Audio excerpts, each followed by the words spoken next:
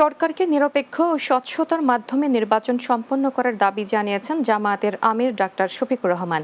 সোমবার রাজধানীর পুরানা পল্টন মোড়ে মহান বিজয় দিবস উপলক্ষে বাংলাদেশ জামায়াতে ইসলামী ঢাকা মহানগর দক্ষিণ আয়োজিত সমাবেশ ও বিজয় র্যালি অনুষ্ঠিত হয়।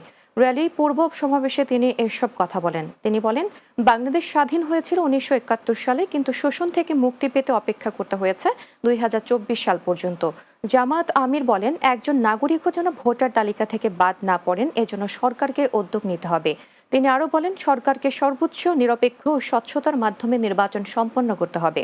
জনগণ জামায়াতকে দেশ পরিচালনার দায়িত্ব দিলে দেশ বিগত দিনের মতো বিক্রি হবে না বলেও মন্তব্য করেন জামায়াত আমির ডাক্তার শফিকুর রহমান। নির্বাচনের সুষ্ঠু পরিবেশ নিশ্চিত করতে হবে। জনগণের ভোটার তালিকা শুদ্ধ এবং সুষ্ঠু করতে হবে। দেশের জনগণের করতে হবে।